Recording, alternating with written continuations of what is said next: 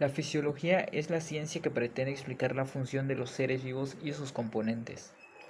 En específico, si hablamos de fisiología humana, es una materia muy amplia, la cual intenta explicar las características específicas y mecanismos del cuerpo humano, lo cual configuran como un ser vivo. Comprende diferentes niveles. Entre ellos se encuentran las funciones de las moléculas y los componentes subcelulares, los tejidos, órganos y sistemas. La fisiología intenta integrar todas las características del cuerpo para entender cómo estos funcionan en conjunto.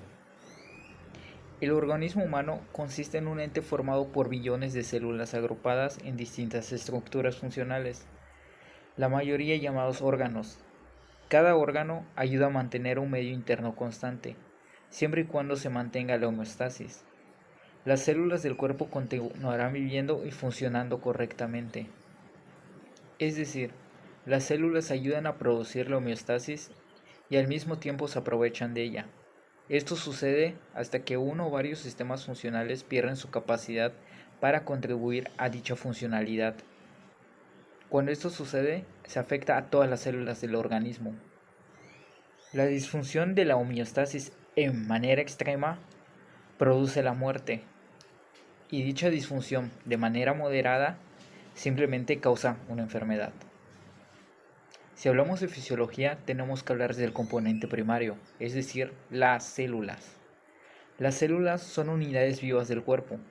Cada órgano es un agregado de muchas células, que se mantienen unidas mediante estructuras intercelulares de soporte. Cada una de las células del cuerpo se adapta y especializa en determinadas funciones. Dichas funciones celulares se coordinan mediante muchos sistemas regulados que actúan sobre las células, los tejidos, los órganos y los sistemas corporales. Aunque las múltiples células del cuerpo humano son muy diferentes entre sí respecto a sus funciones específicas, todas ellas comparten determinadas características básicas. Por ejemplo, en todas las células el oxígeno se combina con los productos del metabolismo, ya sea de la grasa, los carbohidratos o las proteínas. Esto para liberar la energía necesaria para mantener dichas funciones celulares. Prácticamente todas las células tienen la capacidad de reproducirse, además de que siempre se destruyen células. Las restantes regeneran nuevas células hasta restaurar las que hacían falta. Asimismo, todas las células se encuentran bañadas de líquido extracelular. Hace un momento mencionamos la homeostasis. Pero, ¿qué es esto? ¿Qué es la homeostasis? Esencialmente, todos los órganos y tejidos del cuerpo realizan funciones que ayudan a mantener relativamente estables los componentes del líquido extracelular. A esta situación se le denomina homeostasis. La fisiología es un movimiento continuo entre las células y el medio extracelular. Del equilibrio entre estos dos elementos surge el funcionamiento del cuerpo humano, es decir, la homeostasis. ¿Cómo obtienen las células todo lo que necesitan del medio extracelular? El que llamamos líquido extracelular se transporta por todo el organismo en dos etapas. La primera consiste en el movimiento de la sangre por el aparato circulatorio. La segunda es el movimiento del líquido entre los capilares sanguíneos y las células. El aparato circulatorio mantiene los líquidos del entorno interno en continuo movimiento, mezclando la sangre mediante el bombeo cardíaco a través del sistema vascular. A medida que la sangre atraviesa los capilares, una gran porción del líquido que contiene se difunde entrando y saliendo del líquido intersticial. Este líquido se encuentra bañando las células. Esto permite el intercambio continuo de sustancias entre las células, el líquido intersticial y la sangre. El líquido intersticial o líquido tisular es el líquido contenido en el intersticio o espacio entre las células. La función del corazón es hacer que la sangre circule por todo nuestro cuerpo por medio de los vasos sanguíneos. La sangre se compone de tres elementos principales: glóbulos rojos, los cuales llevan el oxígeno; glóbulos blancos, los cuales se encargan de luchar contra las sustancias extrañas; y finalmente las plaquetas, la cual su misión es arreglar las venas y arterias que se rompen. El proceso de la circulación consiste en que el corazón recibe la sangre sin oxígeno enviada por los órganos a través de las venas. Esta entra por la aurícula derecha, luego pasa por el ventrículo derecho. De ahí se envía a los pulmones, de donde recoge oxígeno y nutrientes. Entra por la aurícula izquierda, pasa por el ventrículo izquierdo y está lista para hacer su recorrido por todo el cuerpo nuevamente. Es decir, se envía el oxígeno y los nutrientes a los órganos por medio de las arterias y se repite el ciclo. Ahora bien, ¿dónde se originan los nutrientes que viajan en el líquido extracelular? Recordemos que tenemos muchos sistemas, entre ellos se encuentra el aparato o sistema respiratorio, el cual proporciona el oxígeno al cuerpo y elimina el dióxido de carbono. El aparato respiratorio se encarga de obtener del medio ambiente el oxígeno que necesitamos para vivir. El proceso de respiración es el siguiente. A través de la nariz o boca obtenemos el oxígeno, es decir, es por donde entra el aire. Cuando entra por medio de la nariz, los vellos nasales se encargan de filtrarlo para impedir que la suciedad llegue a los pulmones. De ahí pasa por la faringe, laringe y tráquea. La tráquea se divide en dos partes, formando los bronquios, que se encuentran dentro de los pulmones. Una vez en los pulmones, el oxígeno pasa por unas ramificaciones llamadas bronquiolos. Ahí se intercambia el oxígeno por dióxido de carbono. Los glóbulos rojos de la sangre son los encargados de llevar el oxígeno a todas las partes del cuerpo. A todo el proceso de meter oxígeno en nuestro cuerpo se le llama inhalación.